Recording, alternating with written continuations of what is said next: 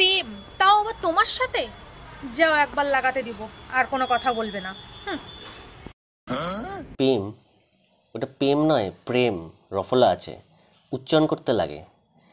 বাংলা শব্দ উচ্চারণ করতে পারে না, এদিকে লাগানোর কথা বলছে।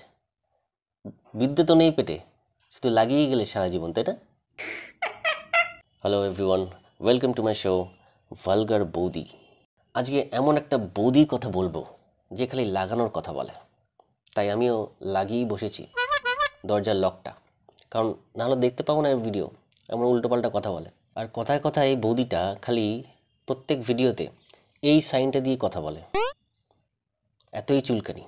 তো চলো কয়েকটা নমুনা দেখে নিই।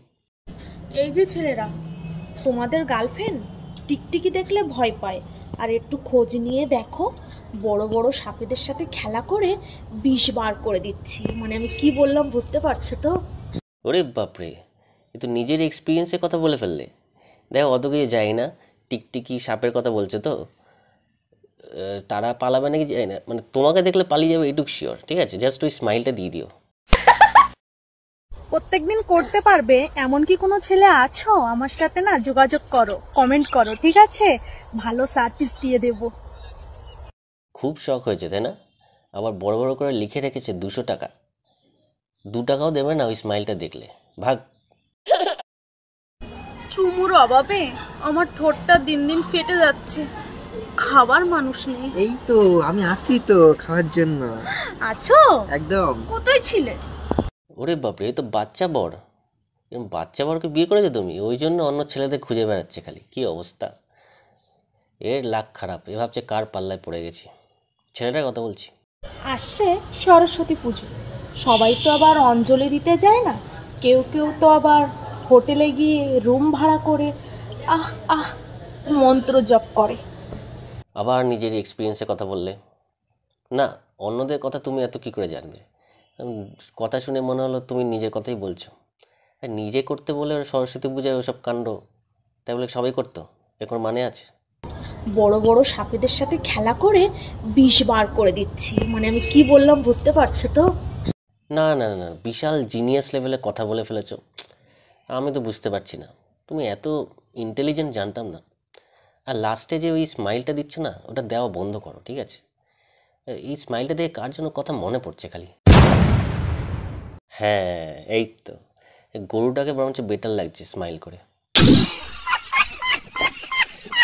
কবি বলেছেন, ছেলে আর ছাগল সবসময় নজরে নজরে রাখতে হয়, না হলে বলা তো যায় না কার বাগানে গিয়ে আবার মুখ দিয়ে দেয়।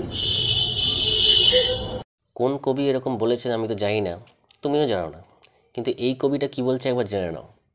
মেয়েদেরও চোখে চোখে রাখতে হয়, নাহলে কখন কে জানে তার কেটে যায়, যেমন তোমার গেছে। এসব বৌদিদের দেখি মনে হয় ছেলেদের ঝরে যাচ্ছে, তাই না?